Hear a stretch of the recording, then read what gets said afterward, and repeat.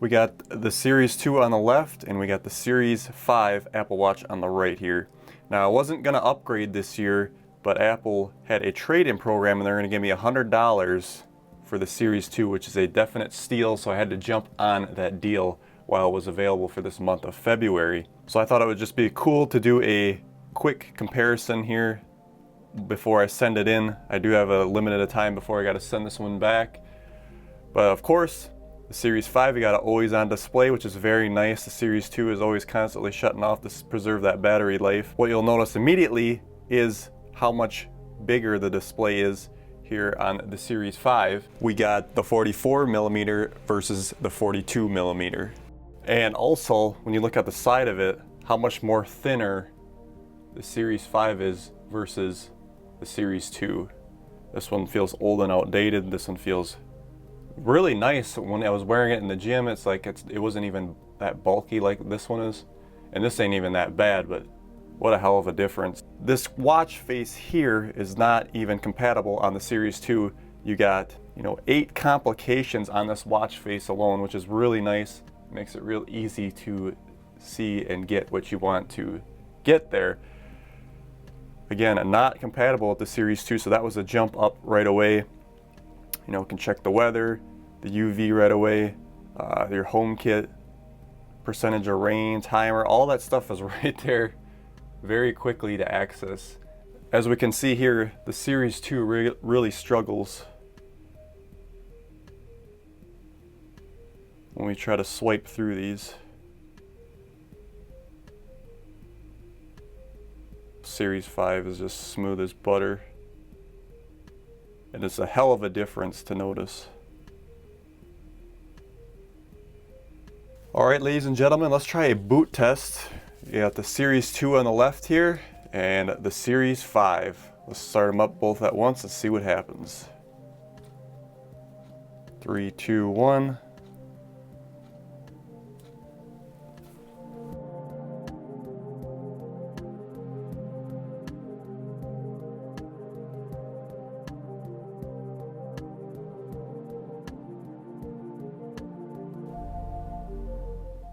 There we go. And finally, the Series 2 has now booted up.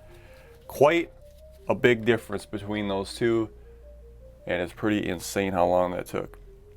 So as we did that boot test there, it's one thing to note here that this is a 32-bit architecture CPU. This is a 64. A lot quicker, a lot snappier.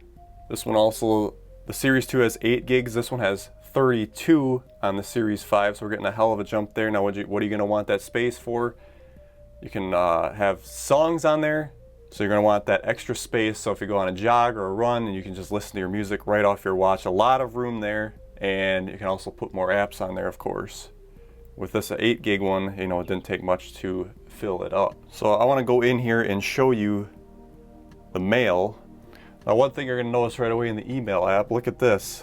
The Series 2, that's all you get to see with that email, but on the Series 5, you actually get a nice visual representation of your email. Now this is one thing I always had a hard time with when I was checking my email. Now I'm really impressed because I can go ahead and look at that email and decide if I want to get rid of it or keep it for later. So when you're looking at your icons for your apps, you notice immediately the difference of space. The Series 5 has bigger icons, makes it a lot easier to tap on what you're looking for, and less of the bezel. As you can see here on the Series 2, it gets cut off quicker before the edge, and you're really kind of limited on your space. Now, I always thought the Series 2, ever since watchOS 3, has been a lot slower. I think with watchOS 4 it was really bad there, and then they finally got it to be a little bit more snappy, but it was bad there for a while, and it never completely recovered, in my opinion, to the speed that it shipped with on watchOS 3. One thing also that I do like is the voice feedback that we get on the Series 5. Hello, Siri. Good morning, Dan. What's up? Hello, Siri.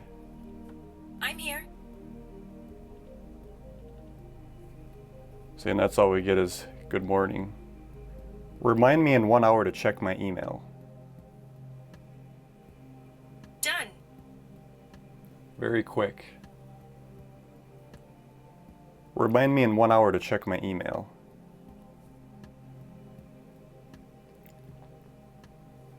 Wasn't terrible. Usually it sits there for a while. It did have a little bit of lag compared to the other one, but it is noticeably different. I'd say apps are just more snappier in general. You go to the HomeKit. Let's go to the HomeKit app here on both of them. Now the Series 2. It's going to bring up that dial. It's taking a while to connect to the HomeKit.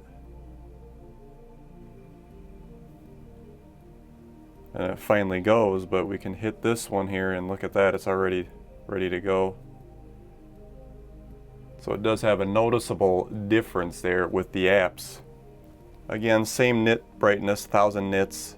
I'm not going to go too technical here. If you wanted to see other technical information, you can watch somebody else's video. I basically here just wanted to point out that the difference between a Series 2 and a Series 5, since I'm going to have both of them here for a short time, I figured let's try it out.